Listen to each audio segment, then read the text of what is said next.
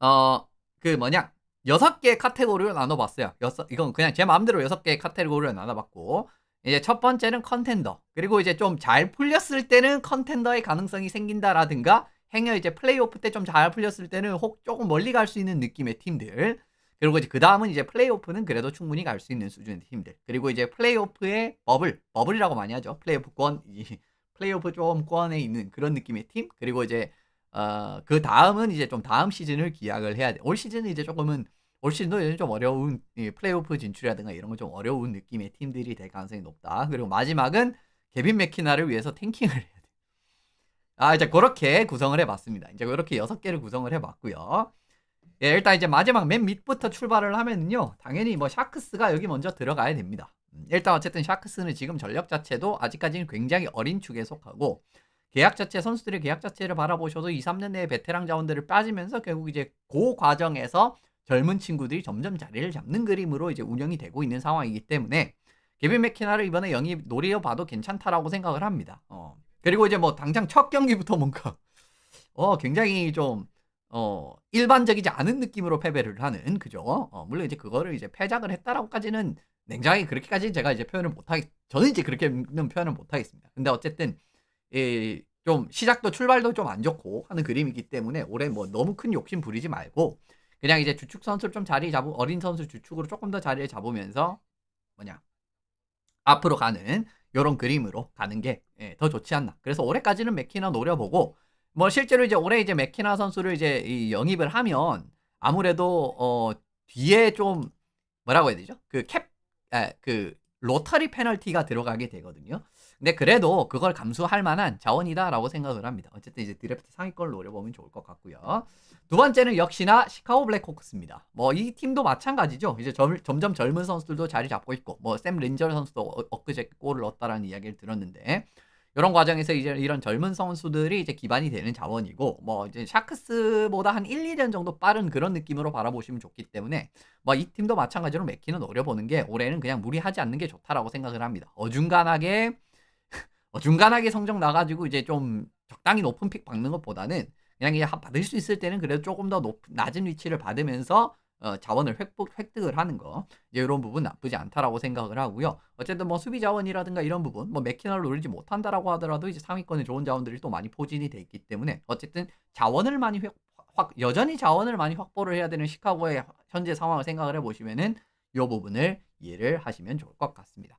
그리고 세 번째 팀은요, 들어가라 얼른. 예. 그냥 버립시다. 제가 봤을 때는 토케트 체제는 안 맞는 것 같아요.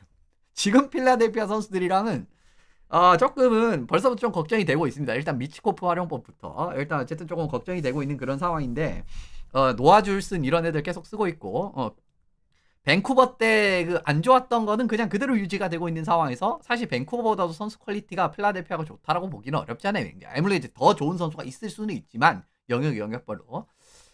그렇기 때문에 그냥 필라델피아도 시원하게 그냥 탱킹을 하고 가는 게 좋지 않나. 예, 그냥 내년에 그냥 맥키나 한 번 더 먹어봅시다. 그래서 맥키나, 셀레브리니 이런 선수를 이렇게 딱 굴러가면서 좋은 그림으로 올라갈 수 있게끔 필라델피아 어쨌든 이렇게 집어넣어 봤습니다. 뭐 요 세 팀 정도가 아닐까 생각을 해요. 일단적으로 말씀을 드리면 한 요 세 팀 정도가 이제 좀 진짜 최하위권에서 뭔가 힘싸움, 좀 다른 의미의 힘싸움을 할 수 있는 이제 그런 팀이라고 보고 있고요. 그 다음에 이제 위에 티어로 올라가 봅시다. 다음 시즌, 그죠? 예, 다음 시즌을 좀 노려봐야 되는 팀. 다음 시즌을 올해까지는 그래 조금 어렵지 않을까. 에나임 덕스 들어가야 됩니다. 어쩔 수가 없어요. 에나임 덕스 같은 경우에도 사실 에나임 덕스도 좀 이제 그냥 맥키나 탱크를 해도 올해까지 나쁘지는 않다라고 보거든요. 근데 어쨌든 이제 주축 자원들이 잘 굴러가고 작년에 좀 좋은 모습이 나오고 캠빌 감독도 부임을 해가지고 이제 공격력의 상승 요인도 좀 생겼고 하는 그림이 나오고 있기 때문에 조금 더 위쪽으로 올라가는, 그러니까 앞으로 플레이오프권이라든가 그 그림. 근데 그러기에는 아직까지 젊은 코어 선수들이 조금 더 경험이라든가 조금 더 결과가 더 좋게 나와야 되지 않나라고 보고 있어요. 왜냐하면 사실 이제 에나하임의 베테랑 코어들은 그렇게 나쁘지는 않지만은 정말 이 뭐라고 해야 될까요? NHL에서의 확실한 포스로서라고 해야 되나? 어쨌든 정말 뭐 어느 팀을 가도 지금 덕스에 있는 느낌의 역할을 해줄 수 있는 선수는 그렇게 많지는 않잖아요. 그렇잖아요. 그러니까 좀 더 좋은 팀에 간다라든가, 물론 좀 더 나쁜 팀을 가면 당연히 이제 덕스와 비슷한 역할을 그 이상의 역할을 할 수도 있겠지만은 그렇지 않는다라고 하면은 그러니까 조금 더 위의 팀으로만 가도 사실 역할이 조금 더 지금 덕스에서 뛰는 역할보다는 좀 더 줄어들 만한 선수들이 더 많거든요. 그래서 뭐라고 해야 될까요? 그래서 제 생각에는 이 애너하임은 아직까지는 젊은 코어들이 조금 더 경험치를 먹고 조금 더 좋은 모습을 보여줄 때까지 기다리는 게 맞지 않나라고 보고 있는 겁니다. 그리고 그 다음으로 말씀드릴 부분은 역시나 캘거리 플레임스도 마찬가지로 들어가야겠죠. 뭐 캘거리가 첫 경기는 이제 역전승을 거두고 하긴 했지만 그다음 두 경기에서의 경기력도 좋지 않았었고 물론 이제 이 팀도 이제 점점 밝은 미래로 갈 수가 있는 느낌의 팀입니다. 근데 아직까지는 좀 과도기 같은 느낌의 모습들이 많이 나오고 있거든요. 수비진에서의 그런 이제 선수 운용들이라든 그런 부분도 좀 역시나 과포화 같은 느낌을 많이 이제 받는 그림이고, 공격에서도 사실은 이제 뭐 크랙 역할을 할 수 있는 선수라든가 이런 느낌의 선수도 없고요. 물론 이제 한 명이 그걸 해내야 되는데 그걸 뭐 여전히 못하고 있는 상황 아니겠습니까? 이제 그런 부분이라든가 울프한테 너무 의존을 하는 느낌. 세 경기 모두 울프가 나왔어요. 이제 이런 느낌의 후스카 감독의 이런 좀 너무 부담을 주는 기용들, 이런 부분도 제 생각에는 결국은 이제 좀 장기 레이스에서 발목을 잡을 만한 요인 중에 하나라고 생각을 하거든요. 그래서 이제 캘거리도 이제 조금은 아직까지는 그죠? 좀 더 기다려야 되는 팀이다라고 생각을 하는 부분입니다. 시애틀 마찬가지로 들어갈 수 있을 것 같은데 뭐 시애틀은 전반적으로 제 생각에는 크게 변동이 된 게 없었다라는 부분이, 물론 이제 출발은 좋고 뭐 베이거스도 잡아내고 하는 그림도 좋기는 했지만 결국은 아직까지는 시애틀도 좀 어중간한 느낌의 뎁스 팀의 한계를 여전히 좀 보여줄 것 같아요. 그래서 그 부분에서 별 큰 변동이 없었다. 그리고 이제 전반적으로 이제 최근 몇 시즌 동안의 모습들이라든가 여러 부분을 살펴봤을 때는 역시나 좀 중위권을 벗어나기는 좀 힘들지 않을까라는 느낌의 말씀을 드려보도록 하겠습니다. 그 다음으로 말씀드릴 팀은 뭐 내슈빌입니다. 예, 내슈빌이 어쨌든 좀 들어가야 될 것 같아요. 내슈빌도 주축 자원들은 사실 정말 NHL에서 임팩트가 있는 자원들이 많죠, 지금도. 근데 이 주축 자원들이 사실 나이가 이제 좀 많은 느낌으로 확 가고 있는 상황이고요. 그리고 중간 단계가 크게 이제 힘을 못 보여주는 그런 상황에서 지금 이제 좀 젊은 자원들로 이제 가려고 하잖아요. 이제 그 괴리감이라든가 이런 부분이 역시나 좀 플레이오프권에 들어갈 만한, 물론 이제 좀 잘 풀리면 플레이오프권까지 좀 경쟁을 할 수 있는 그림이 나올 수 있지만은 올해도 이제 정말 좋은 시즌을 보내기는 힘들지 않나라는 그런 생각이 좀 들기는 들었었습니다. 만약에 이제 지금 주축 베테랑 자원들이 한 3-4시즌만 어렸다, 한 5시즌 정도만 어렸잖아요. 그럼 이야기가 180도 달라졌을 거예요. 그러면 저는 플레이오프권이라든가 그 이상으로도 놓을 의향이 있습니다. 하지만 지금 주축 자원들이 대부분 30대 중반의 자원들이 정말 이제 메인 역할을 수행을 해야 되고, 중간 자원이 없는 과정에서 여기도 마찬가지로 이제 좀 젊은 자원이 올라오기를 기다려야 되고, 그 친구들이 좀 성과를 확실하게 올 시즌 임팩트를 낼 수 있는 거를 기대를 해야 되기 때문에 그건 좀 너무 어렵지 않나? 그리고 사로스도 최근의 경기력을 바라봤을 때는 좀 안정적인 모습이 이전보다는 많이 줄어들었거든요. 이런 모든 부분까지 고려를 하면은 역시나 내슈빌도 올해 요런 느낌인 것 같아요. 요런 느낌. 예, 여기 왔다 갔다 하는데 결국은 이제 여기에서 마무리가 짓지 않을까라는 모습 말씀을 드리도록 하겠습니다. 그 다음 살펴볼 팀은요. 예, 피츠버그 펭귄스를 결국은 넣었습니다. 피츠버그를 사실 결국 넣은 이유는 뭐냐면요. 아무래도 저는 좀 피츠버그가 작년이랑 결국은 비슷한 느낌으로 갈 것 같아요. 베테랑 자원들이 초반에는 이제 이 컨디션이라든가 이런 부분들이 좋았을 때 승점을 많이, 지금 이제 초반에 이제 2승 1패 이런 그림이 나오고 있고, 그리고 말킨이라든가 이런 선수들도 이제 좋은 모습을 보여주고 있는 현재 상황이기 때문에, 근데 작년도 이거 똑같았었습니다. 그러한 과정에서 주전 골리, 백업 골리 같은 부분도 물론 실로우스가 생각보다는 잘해주고 있지만 실로우스도 지난 경기에서 무너지는 그림이 나왔었죠. 이런 그림이 있기 때문에 여기도 골 텐딩이 너무 불안하다는 그런 이제 그 당면 과제를 해결을 하지 못했어요. 그렇다라고 자리를 믿는 느낌으로도 가기가 어렵지 않습니까? 지금 현재 피츠버그의 상황은. 물론 이제 젊은 자원들이 마찬가지로 다른 팀들과 마찬가지로 브루닉이라든가 그 다음에 뭐 킨들이라든가 생각보다 지금 성과가 잘 나오고 있고, 뛰었을 때 경기력도 괜찮고, 이 라인을 구성을 한 이제 구성에서의 말킨, 브라조, 그 다음에 누구냐, 많다, 뭐 이런 조합의 이제 체계 자체는 그렇게 나쁘지는 않은데 결국은 작년이랑 좀 비슷한 시나리오가 나오지 않을까. 여기도 마찬가지로 여기는 어떻게 보면은 더 심하죠, 내슈빌보다. 왜냐면 지금 내슈빌 메인 코어들보다도 사실은 말킨, 르탕, 크로즈비, 그 다음에 그 누구냐, 칼손, 이런 선수들이 더 나이가 많잖아요. 이제 그 부분의 문제점과 지금 이제 또 이 스타 선수들 2명, 칼손이랑 르탕을 받쳐주는 이제 수비 자원들도 좀 비교적 NHL에서 활약을 못했거나 굉장히 젊은 자원들이 거기에 많이 들어간단 말이에요. 그랬을 때 부담감이 얼마나 이 장기 레이스에서 조금 더 치명적으로 작용할 수 있지 않을까라고 보고 있는 거죠. 그 부분 때문에 저는 피츠버그도 결국 올해도 조금 어려운 느낌으로 가지 않을까라고 보고 있는 겁니다. 이제 그렇게 말씀을 드리고요. 네, 그렇게 말씀드리고 넘어가면 좋을 것 같습니다. 그 다음 아일랜더스입니다. 점점 파트리크 루아 감독에 대한 신뢰도가 전 조금씩 줄어들기 시작을 하고 있어요.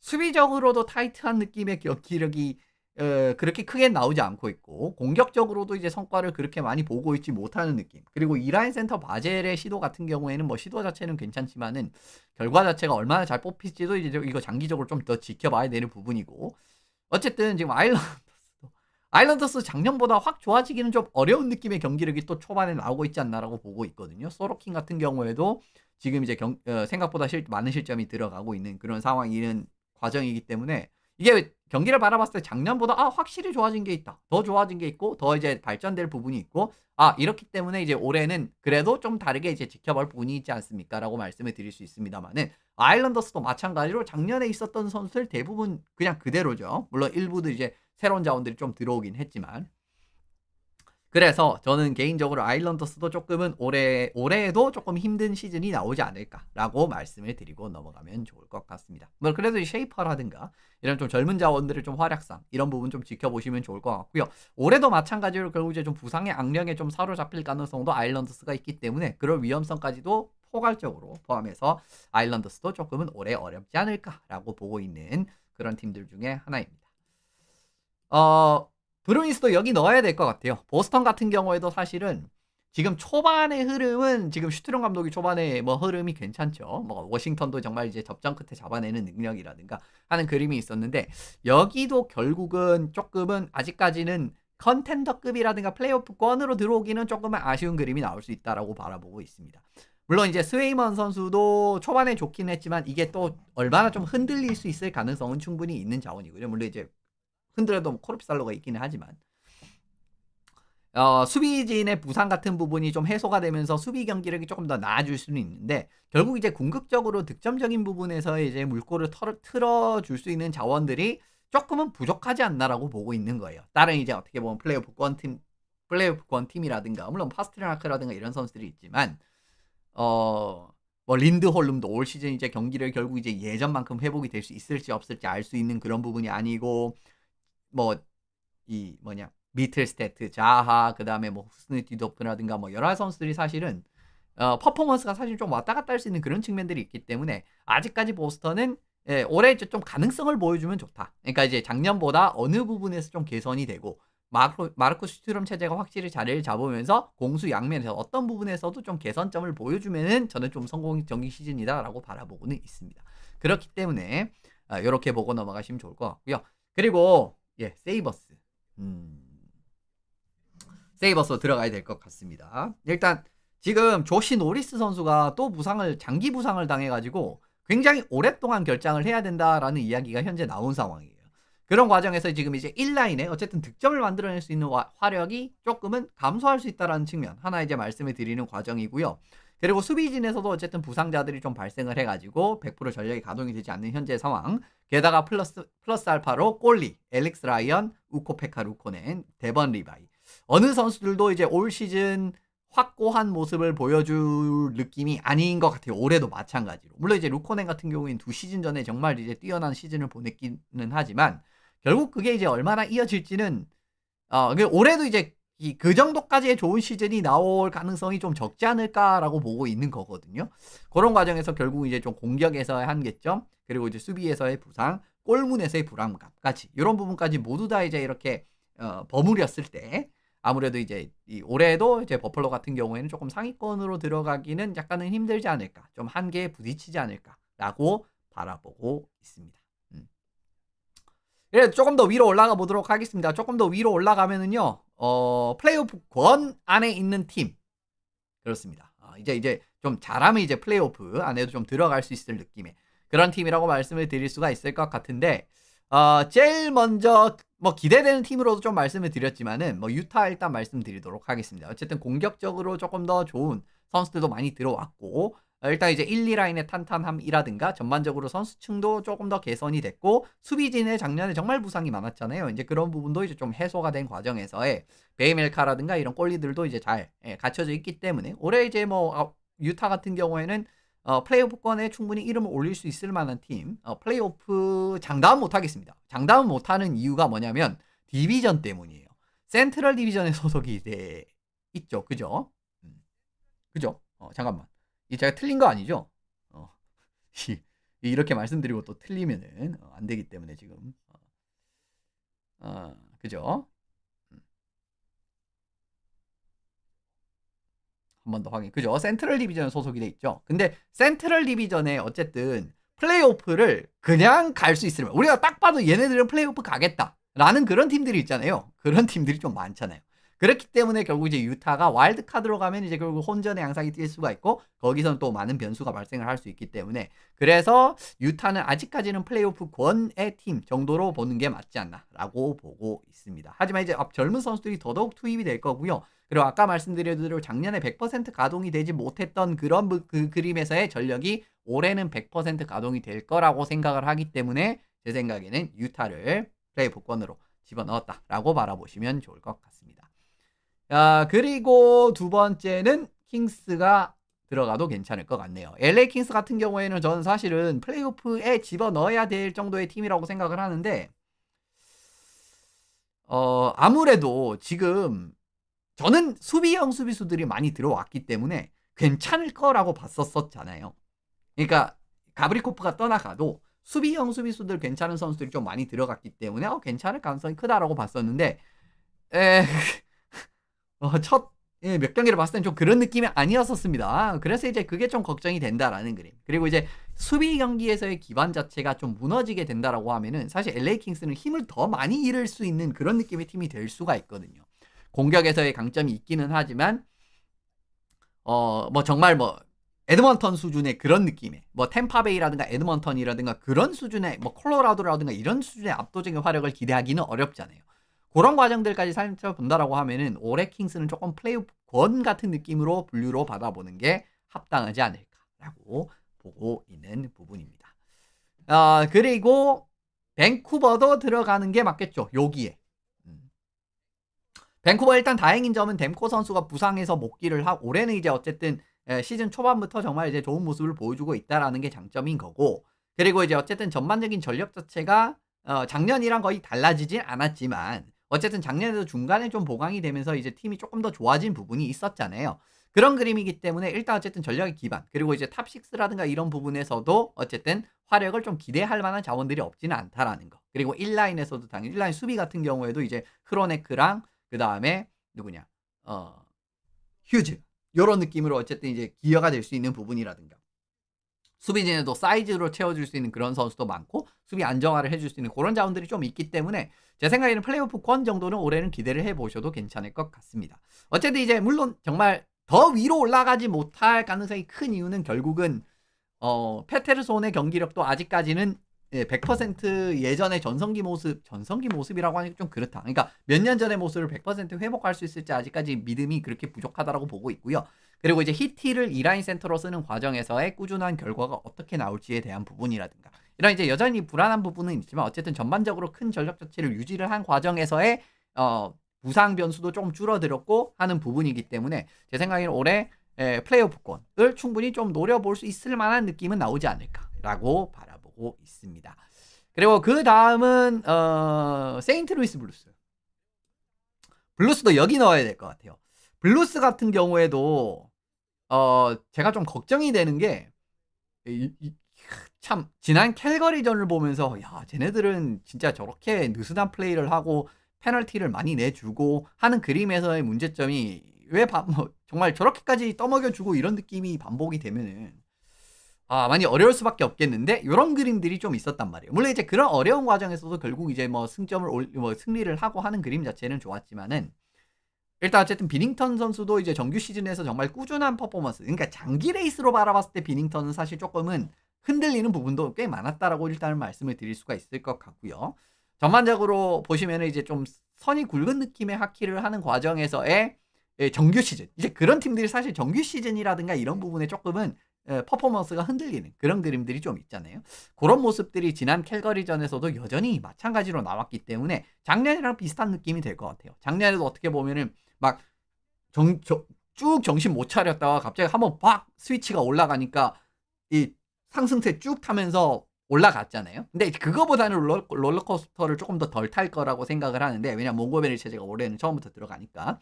그래도 제 생각에는 올해도 결국은 좀 뭐 플로리다도 비슷한 말씀을 좀 드릴 수 있겠지만은 플레이오프에 좀 적합한 경기를 하는 팀들은 정규 시즌에 살짝 그 퍼포먼스가 일정하게 유지가 되지 않은 케이스가 있습니다. 그러한 케이스로서 블루스가 아무래도 들어갈 수 있을 것 같아가지고 일단 그 부분 말씀드리고 넘어가면 좋을 것 같습니다. 그래서 이제 요 플레이오프권 팀들 조금 더 레인저스도 여기에 들어가야겠네.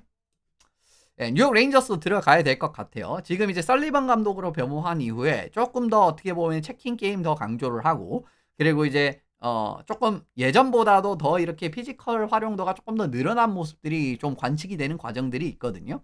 근데 그리고 이제 그 과정에 셰스터로킨 선수가 어쨌든 올해 지금 초반에 두세 경기에서 어마무시한 활약을 펼치고 있다라는 부분이라든가, 가브리코프가 들어온 부분에서도 확실히 이제 폭스 가브리코프라든가 일반적인 수비 상황에서도 이제 도움이 되는 그림이 많이 찬출이 되고 있다라는 게 확인이 되고 있습니다.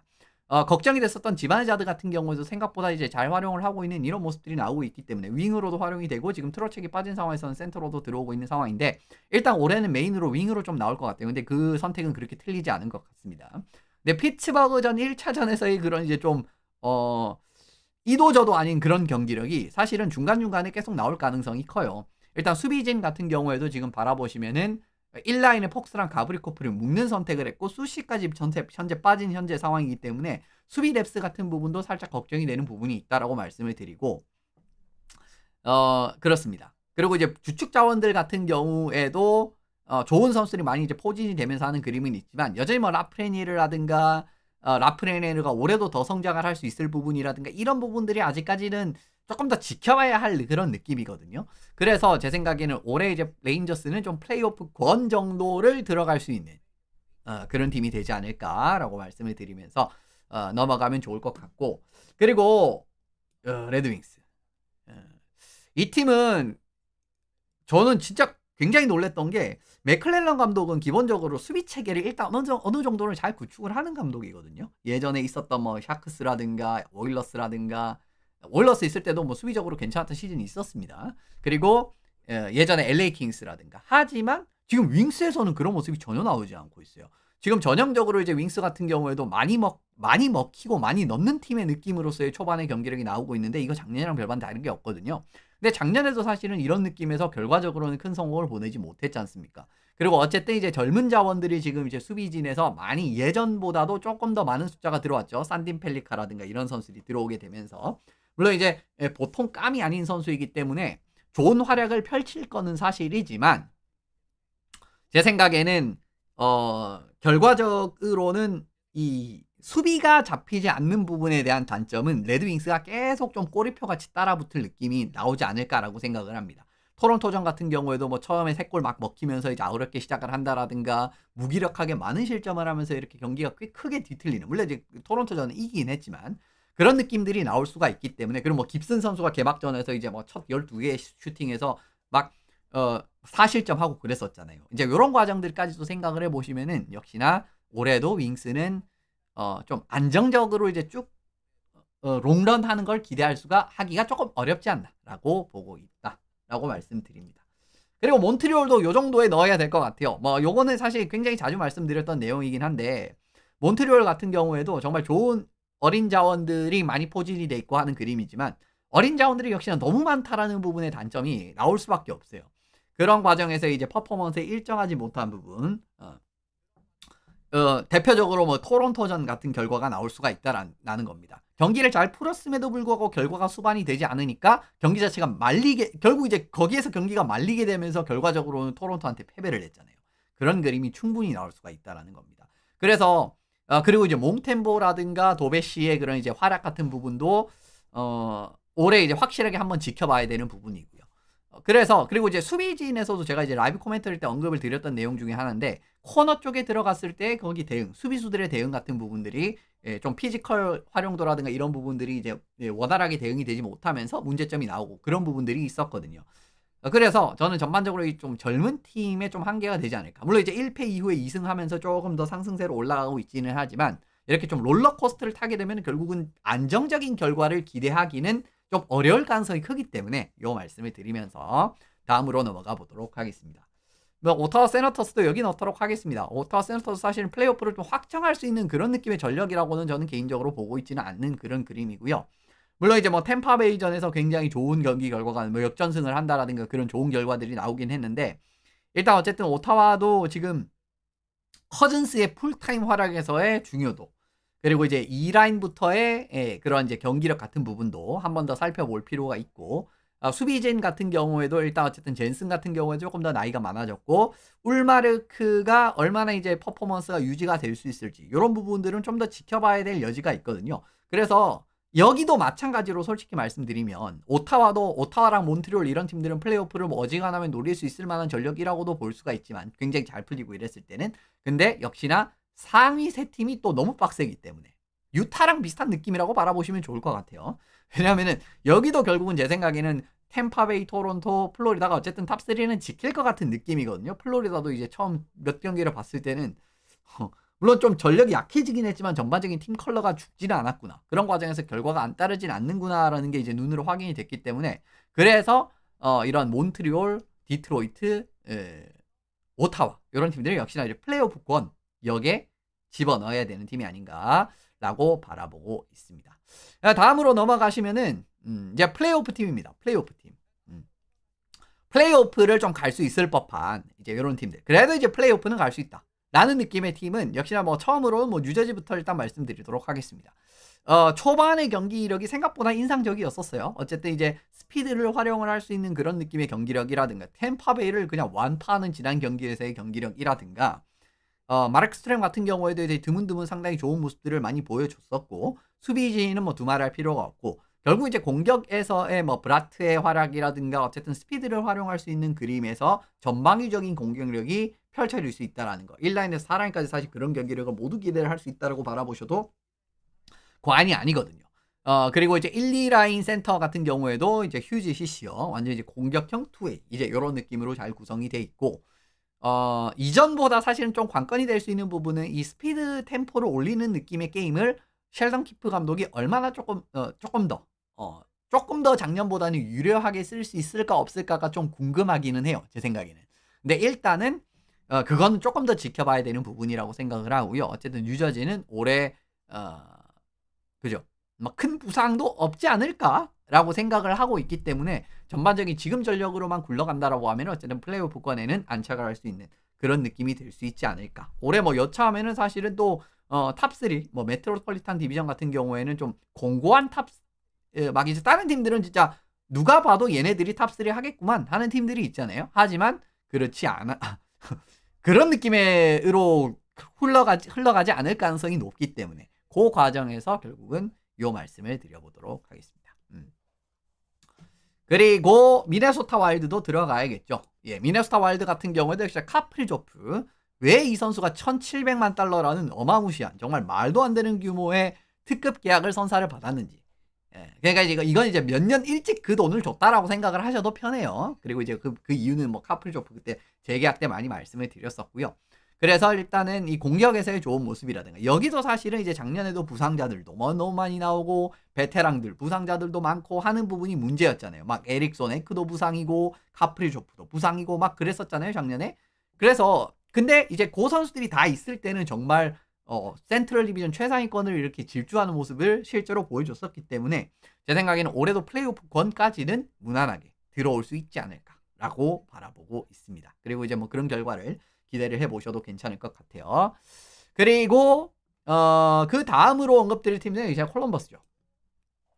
저는 콜럼버스 그때 이제 예전에도 사실 후토크 때 살짝 말씀드린 적이 있지만 콜럼버스는 플레이오프 팀권역의 팀으로 보고 있습니다.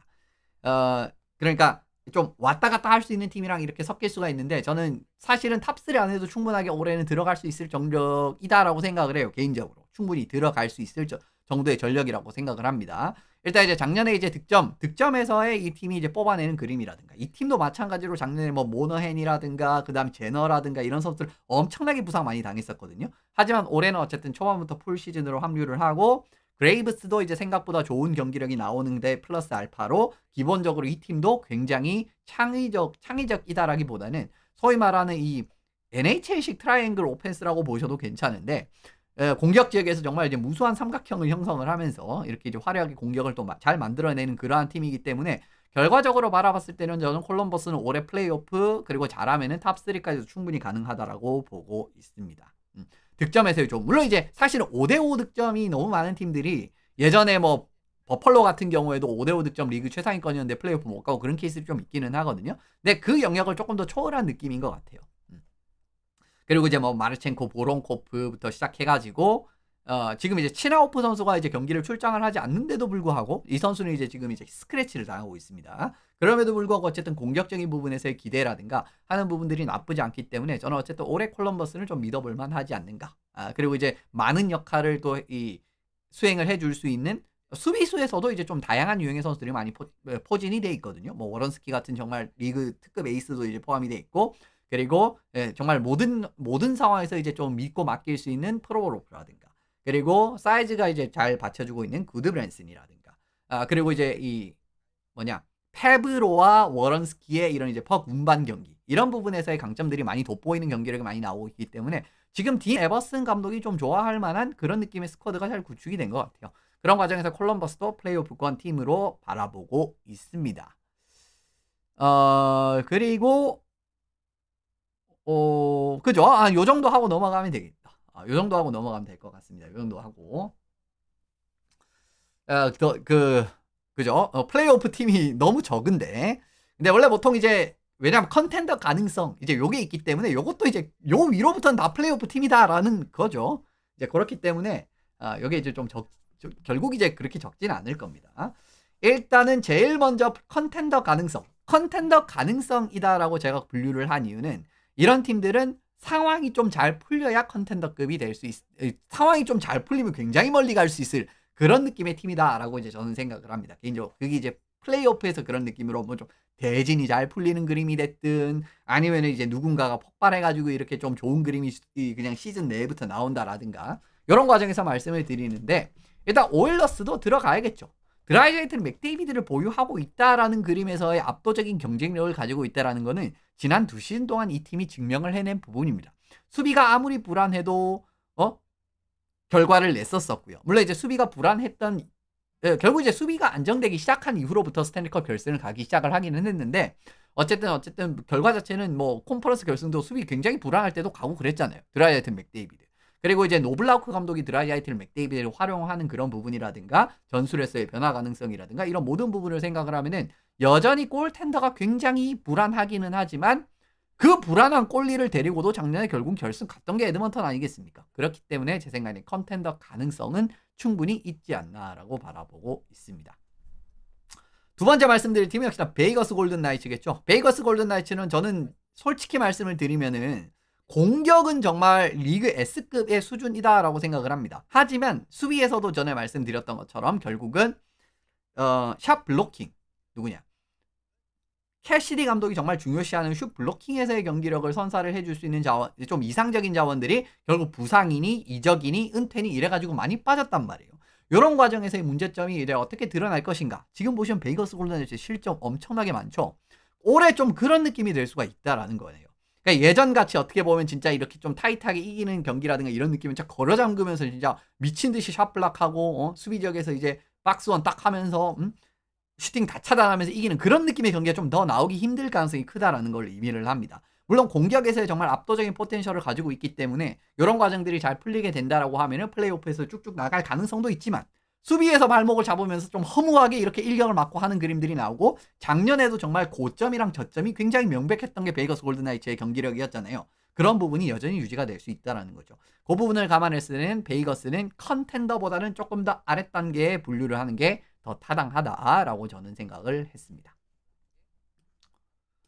들어가라. 예. 위니펙 제츠도 사실은 플레이오프 요거 두 개 좀 고민을 했어요. 그래도 여기 넣을까 여기 넣을까 좀 고민을 했었는데 그래도 기본적으로 수비 경기에서의 기반 자체가 너무 좋기 때문에 헬러버도 그렇고 그리고 이제 로건 스탠리라든가 그리고 또 누구지? 그 수비수 한 명 더 있는데 그럼 이제 좀 이제 전성기에 딱 들은 이런 선수들이 또 이제 또 좋은 모습들을 보여준다라든가 하는 그림 그리고 이제 공격진에서의 전체적으로 이제 이 선수층으로 승부를 하는 이런 전체적인 모습을 바라봤을 때는 여전히 저는 이제 위니펙 제츠도 컨텐더 가능성이 있는 느낌의 팀이라고 생각을 하거든요. 근데 이 팀도 이제 다들 아시겠지만 플레이오프에 너무 헬러버그의 퍼포먼스가 큰 격차를 보인다라는 거. 그리고 니콜라이 엘레르스라는 탑6의 주포 한 명이 빠졌는데 그에 상응하는 이제 자원을 영입하지 못했다라는 점. 이라인 센터를 조너선 테이브스라는 굉장히 이제 베테랑이고 최근 2시즌 정도 공백이 있었던 자원을 활용을 해야 된다라는 점. 이런 부분들이 결국은 조금 더 위의 티어로 가기는 어려운 이유지 않나라고 바라보고 있는 부분입니다.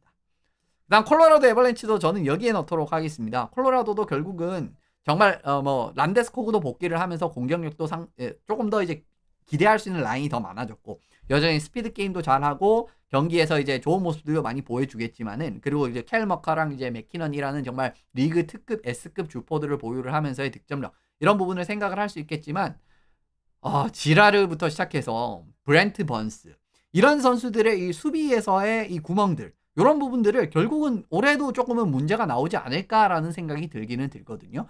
물론 이제 네차스 같은 경우에는 올해도 결국은 남아서 1라인에서 이제 좋은 모습을 보여주긴 하겠지만 작년에도 결국 이제 네차스가 있었지만은 결국 이제 댈러스한테 좀 발목을 잡히는 그런 그림들이 있었잖아요. 이런 과정들이기 때문에 좀 센트럴 자체를 뚫고 나오기가 상당히 어려운 그림이 나올 가능성이 저는 크다라고 생각을 해요. 그리고 이제 수비에서 좀 허무한 느낌의 실수라든가 피지컬 경합에서의 이런 실수들이 반복이 되는 이런 이제 경기력이 펼쳐졌을 때 좀 취약한 자원들이 있다라는 거. 대표적으로 지라르 그죠? 이제 이런 친구들이 있다라는 것도 이제 플레이오프 때 결국은 좀 발목이 잡힐 만한 요인 중에 하나라고 보기 때문에 일단 콜로라도도 저는 좀 컨텐더의 가능성. 하지만 콜로라도도 마찬가지로 워낙 압도적인 또 공격에서의 창출 그리고 스타 파워가 정말 압도적인 팀이기 때문에 뭐 대진이 좀 잘 풀린다라든가 좀 상성적으로 이제 어떻게 보면 이제 탑 라인을 좀 막기 어려운 팀들을 몇 번 만난다라든가 이러면은 또 이제 멀리 갈 수 있을 가능성은 있다. 이렇기 때문에 저는 컨텐더 가능성 쪽에 집어넣었다라고 바라보시면 좋을 것 같습니다. 캡스입니다.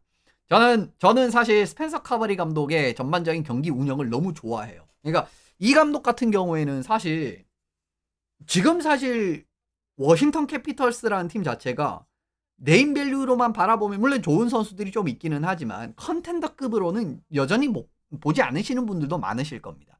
하지만 캡스 같은 경우에는 기본적으로 팀 시스템이라든가 역습을 나가는 부분도 그렇고 수비적인 경기력도 그렇고 이런 부분에서 좀 굉장히 세련된 하키를 하는 팀이기 때문에 그런 과정에서 이제 좋은 성적이 지난 시즌에 나왔었고요.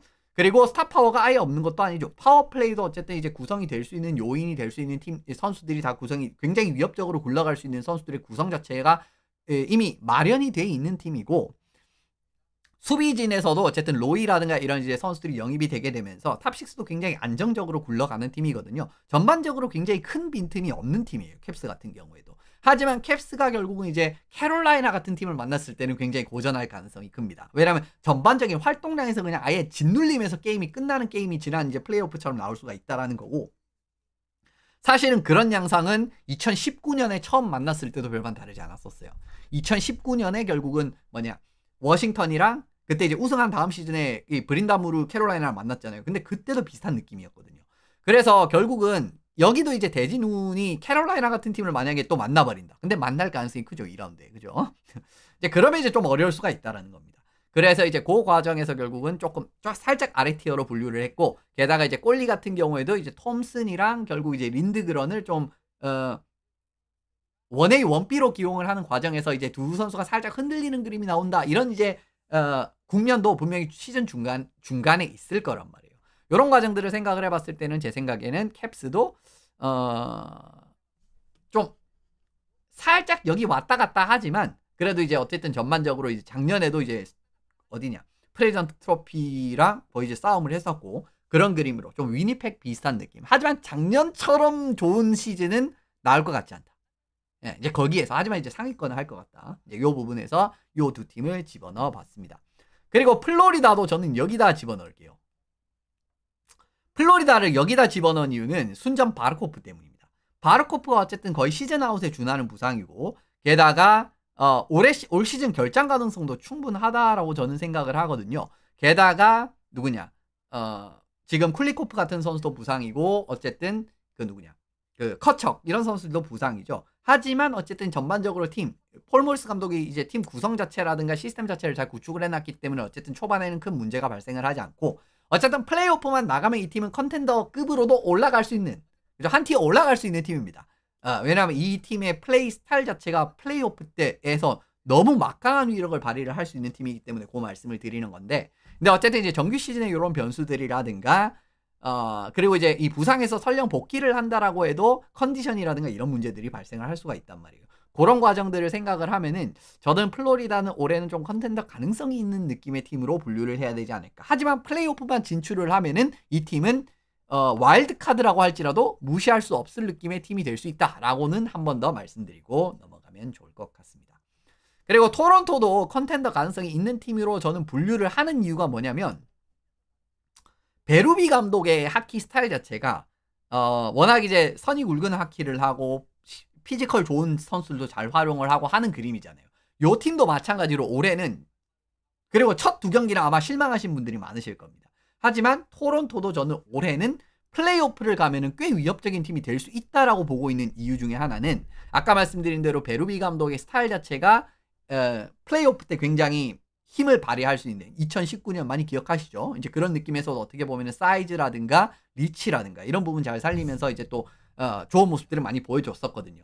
그러한 과정들을 보여줄 수가 있고 그리고 이제 이번 오프 시즌에도 실제로 그런 선수들을 많이 영입을 했죠. 네, 이런 과정들이 이제 들어가고 있기 때문에 제 생각에는 올해 토론토도 좀 잘 굴러가면은 생각보다 멀리 갈 가능성도 있지 않나. 하지만 여기도 이제 결국은 이제 지상 과제가 초반 대진이 너무 힘들어요. 초반 대진 뭐 예를 들면 템파베이라든가 플로리다 이런 팀들 만나면은 또 자연스럽게 쉽지 못한 경기를 할 가능성이 크고 지금 또 조금 문제가 나올 가능성이 있는 부분은 사이즈를 전체적으로 크게 했는데 스킬적인 부분은 이제 예전보다는 살짝 작년 재작년 비교하면 조금 떨어졌다라고 봐야 되거든요. 아무래도 만화가 빠졌다라는 그 영향력이 막강할 거기 때문에 결국은 그래서 올해는 오히려 저는 그동안 토론토가 템파베이 만나면은 별 고전을 안 했거든요. 최근 몇 년 동안. 근데 올해는 저는 템파베이 만나면 조금 고전할 사이즈가 나오지 않을까라고 보고는 있습니다. 그래서 일단 토론토도 컨텐더 가능성 이런 부분에서의 좋은 모습 그리고 뭐 수비적인 부분도 어떻게 보면 이제 또 수비 운영을 잘하는 그런 선수들이 많이 포진이 돼 있으니까 정돈도 좀 잘 됐고요. 카를로 선수가 들어오면서 결국 라일리 카를로 이 라인에 누구냐 테너브랑 맥케이브 테너브 맥케이브 확실하게 이제 피지컬이고 이제 그 부담되는 많이 되는 상황이 나오고 그 반동으로 이제 라일리가 조금 부담이 줄어들었고 게다가 이제 라일리의 조금 단점을 보완할 수 있는 피지컬이라든가 이런 부분도 카를로가 들어왔기 때문에 수비진도 좀 정돈이 잘 됐거든요. 하지만 어쨌든 그죠 컨텐더 가능성이 있는 어쨌든 상위권으로 마무리할 가능성이 크다라는 부분으로 바라보시면 좋을 것 같습니다. 예, 그 위티어로 들어갑니다. 위티어로 들어가고 일단은 여기에 일단 집어넣어 보도록 하겠습니다. 일단은 여기에 네, 여전히 저는 캐롤라이나는 솔직히 말씀드리면 여기 왔다 갔다 할 것 같거든요. 왜냐하면 캐롤라이나 같은 스타일은 정말 정규 시즌에 압도적인 모습을 보여주고 플레이오프에서도 일반적인 수준에서는 이제 그냥 무난하게 좋은 결과가 나오지만은 결국 이제 정말 S급 상대를 만났을 때는 결정력에서 문제가 드러나면서 패배를 하는 그런 그림들이 많이 나왔단 말이에요. 근데 올해도 전체적으로 바라봤을 때는 브린다무르 감독이 전체적인 체제를 살짝 바꾼 것도 아니고 전반적인 체제의 큰 틀 자체가 그냥 그대로 유지가 되는 상황에서 좋은 성적은 나올 것 같습니다. 그리고 뭐 니키신 같은 선수들도 굉장히 잘해. 니키신 생각보다 너무 잘하더라고요. 지금 고스스비어랑 같이 이제 호흡으로 이제 3라인에 주로 나오고는 있는데 그런 이제 어떻게 보면 뭐 니키신 같은 선수들도 어떻게 보면 자리 잡는 거 궁금하다라고 말씀을 드렸잖아요. 근데 이런 과정도 좋았고 하는 그림이기 때문에 올해 어쨌든 컨텐더급으로 놓을 수 있을 것 같아요. 그리고 메트로 디비전 1위는 역시나 캐롤라이나가 가져갈 것 같고 그런 과정에서 이제 조금 플레이오프에서도 조금 더 수월한 대진을 가져갈 가능성이 크겠죠. 이렇게 된다라고 하면은 그 과정에서 이제 캐롤라이나를 들어가는데 근데 결국은 이제 이게 컵까지 확실하게 닿는가라고 하면은 그거는 또 조금은 걱정이 되는 부분이 있다. 예, 그거는 좀 걱정. 그러니까 결국은 플레이오프를 갔을 때 그동안에 보여줬던 단점은 그대로 나올 것 같아요. 아, 그러면 여기다 넣어야겠다. 그럼 여기다 넣어야 되겠다. 그죠? 그러니까 여기다 정정하도록 하겠습니다. 캐롤라이나까지 여기다 넣을게요. 그러니까 결국 플레이오프 때는 그대로 나올 것 같아요. LLS도 저는 개인적으로는 그 스코어링 물론 이제 도움이 될 겁니다. 하지만 정말 중요한 국면에서 한 골, 두 골 막 만들어내면서 이렇게 큰 차이를 만들어내는 그런 역할을 보여주긴 좀 힘들 거라고 생각을 하고요. 전반적으로 플로리다와 같은 사이즈가 조금 더 크면서 전방 압박 경기도 그렇고 이런 것들을 조금 더 잘하는 팀을 만나면은 캐롤라이나 크게 고전하는 거 플레이오프 때 보셨죠. 이런 과정들이 올해도 나타날 가능성이 크기 때문에 근데 물론 이제 컨텐더 가능성으로 이제 다시 재분류를 한 이유는 이 팀도 만약에 올해 플로리다랑 토론토 이런 팀들이 좀 일찍 떨어지고 이러면은 올해 또 가능성이 생길 수 있습니다. 그래서 그런 과정들을 말씀을 드리게 되는데 어쨌든 좀 상성을 좀 크게 타는 모습들을 플레이오프 때 캐롤라이나가 많이 보여줬던 거. 그리고 안데르센 같은 경우에도 안데르센 코체트코프가 결국은 플레이오프 때 결정적일 때 좀 못 믿어온 활약을 펼치는 빈도가 늘어나고 있다는 거. 요것도 제가 처음에 컨텐더로 넣었다가 아래로 내린 이유라고 바라보시면 좋을 것 같아요. 그래도 이제 최상위권으로 이제 맞힐 거는 크게 걱정을 하지 않는 게 전반적으로 이제 브린다무르 감독의 체제는 NHL에서 확실하게 검증이 된 체제고 그 체제를 확실하게 소화를 해줄 수 있는 자원들도 많이 포진이 돼 있고 어쨌든 전방위적으로 득점을 만들 수 있는 자원들까지도 많이 포진이 돼 있는 지금 현재 그리고 이제 새롭게 들어와서 케미스트리라든가 이런 부분 걱정을 할 만한 선수들도 경기력이 좋았다는 거 초반 몇 경기를 봤을 때는 그 부분도 말씀을 드리는 과정에서는 역시나 이 팀도 컨텐더 가능성 다시 정정으로 컨텐더 가능성으로 조정하도록 하겠습니다. 두 팀 나왔는데 그냥 집어넣을게요. 뭐 이렇게 투탑입니다. 제가 봤을 때는. 템파베이 초반 출발 안 좋았거든요. 근데 템파베이는 항상 그랬어요. 템파베이는 그냥 이제 좀 정신 못 차린 경기들은 그냥 답도 없이 정신을 못 차려. 이제 좀 걱정이 되는 건 바실렙스키가 제가 왜 저러지 싶은 느낌의 경기력이 있다라는 건데, 근데 좀 뭐 바실렙스키만 좀 정신 차리면 괜찮잖아요. 물론 뉴저지전은 좋지 않았습니다. 뉴저지전은 좋지 않았는데, 그래도 이제 저는 전체적으로 템파베이를 굉장히 높게 평가를 하는 이유는 어쨌든 이 팀 같은 경우에도 작년에 이제 그 영입을 했었던 그러니까 이제 렌탈 같은 느낌으로 데려왔던 비오르크스트라드가 구르드 이런 선수들도 결국 이제 다 잔류를 하면서 미들식스까지도 공고해졌다라는 거. 작년에 안 그래도 좋았었는데 작년에 뭐 경기당 1포인트 이상 뽑은 선수들이 굉장히 많았잖아요. 헤이글, 쿠체로프, 그 다음에 누구냐 서렐리도 뽑았죠. 1포인트 이상. 그리고 이제 포인트, 괜칠 뭐 이런 뭐 5명 막 이렇게 있었잖아요. 이제 거기에다가 비오르크스트라드랑 구르드 이런 선수들까지 들어갔기 때문에 지금 이제 공격진에서의 완성도라든가 이런 부분도 상당히 늘어났고요. 그리고 수비진 같은 경우에도 결국 맥도너, 체르나크 그대로 유지가 되고 뭐 모저랑 결국 누구냐 헤드만 이런 식으로 뛰게 된다라고 하면 큰 문제가 없을 겁니다. 그리고 이제 결과적으로 바실레스키의 존재 확실한 이제 초반에 좀 정신을 못 차리지만 근데 뭐 시즌 내내 정신을 못 차릴 가능성은 저는 거의 없다라고 바라보고 있기 때문에 이런 전체적인 관점으로 바라봤을 때도 템파베이 라이트닝이 올해는 제일 센 팀. 물론 이제 여기에 플로리다도 들어갈 수 있었습니다. 바르코프 없었으면 넣었을 것 같아요. 부상. 근데 어쨌든 바르코프도 부상을 발생을 했고 하는 그림. 물론 이제 여기도 솔직히 말씀드리면은 초반에 결국 좀 어려운 상대들을 만난다. 플레이오프에서. 그죠? 토론토, 플로리다. 그리고 플로리다 최근에 만나가지고 계속 졌었는데 바르코프 없으면 충분히 또 할 만한 상황이 나올 수도 있지 않을까라고 바라보고 있기 때문에 일단 올해 템파베이는 좀 컨텐더로 분류를 했다라고 말씀을 드려보도록 하겠습니다. 그리고 뭐 파워플레이, 뭐 페널티 킬링도 안정이 돼 있고 하는 그림이기 때문에 뭐 이 팀도 사실은 큰 뭐라고 해야 될까요? 빈틈이 크게는 없는 팀이거든요. 물론 이제 조금 더 바라봐야 될 거는 릴레베리 선수가 얼마나 더 성장. 올해 이제 성장 좀 중요한 자원이 릴레베리 선수인데 이 초반에는 2경기는 별로였습니다. 근데 어쨌든 이 선수가 조금 더 성장을 하느냐 마느냐 좀 지켜보셔야 될 것 같고요. 어쨌든 템파 이렇게 컨텐더로 분류를 했고요. 그리고 댈러스입니다. 뭐 댈러스 뭐 란타넨 들어오고 화력전이면 화력전. 그리고 이제 수비력 경기에서 사실은 좀 수비 라인이 좀 걱정이 됐었거든요. 근데 수비진도 결국 이제 뭐 마지막 라인에 비셸이랑 그다음 페트로비치 그리고 누구냐 룬드크비스트 이런 선수들까지도 지금 이제 들어와가지고 뛰는 그런 모습들이 나오고 있고 오틴저 주전골리에다가 뭐 공격진 같은 경우에는 마치먼트 빠지긴 했지만 전반적으로 큰 문제는 없어 보이거든요. 제가 생각을 했었을 때는 처음에는 누구냐 그란룬드도 빠지고 이런 이제 좀 공백이 나올 거라고 생각을 했었는데 초반 몇 경기에서는 전혀 그런 느낌이 아니었었습니다. 그래서 댈러스가 어쨌든 선수층도 그렇고 스타 파워 그죠? 그동안 이제 어떻게 보면 댈러스도 중요한 국면에서 뭔가 활약을 하면서 좀 멀리 갈 수 있는 그런 이제 또 전력의 뭔가 마지막 피스 같은 느낌으로 딱 그런 느낌이 좀 부족해. 조금 부족할 때가 있었잖아요. 왜냐면 로버트슨 같은 경우에 조금 왔다 갔다 할 때도 있고 하는 그림이 있었으니까. 그리고 벤이랑 세기는 좀 나이가 많고. 하지만 그 역할을 또 란타넨이 잘 해주고 있다라는 게 초반에 증명이 되고. 뭐 지난 경기 보셨지 않습니까? 슛아웃. 그 볼 아레나에서 그렇게 열렬하게 야유를 하는데 그냥 아무렇지도 않게 그냥 마무리를 하면서 경기를 끝내버렸죠. 이런 장면들이 있기 때문에 저는 어쨌든 올해 댈러스. 그리고 올해 헤이스카넨 별 부상 없을 가능성이 크지 않겠습니까? 요런 그림이 나오니까 제 생각에는 역시나 댈러스를 올해 컨텐더. 제가 생각한 스탠리컵 결승전은 댈러스 대 템파베이가 나올 가능성이 또 유력하지 않나라고 생각을 합니다만은 어쨌든 티어리스트 이렇게 마무리해 보도록 하겠습니다. 하다 보니까 사실 너무 길게 나왔네. 너무 길게 나왔네요. 이거 지금 거의 한 40분 떠들지 않았어요? 어쨌든 그런 그림인데 이거 이제 그냥 이제 제가 예상을 하는 거니까 충분히 틀릴 수 있는 부분이고요. 근데 어쨌든 이제 그냥 그렇다라고 대충 예상을 하지는 않았습니다. 이제 이런 과정이기 때문에 이런 부분 참고를 하시면서 이제 우리 팀이 너무 낮다, 좀 서운하다라고 생각을 하시면은 또 이제 우리 팀이 정말 더 분전해서 이 제가 예상을 한 이런 부분을 그냥 깨버리면 또 그것도 보는 재미 아니겠습니까? 그런 느낌으로 봐주시면 좋을 것 같아가지고 오늘 어쨌든 이 티어리스트 이렇게 마무리를 해보도록 하겠습니다.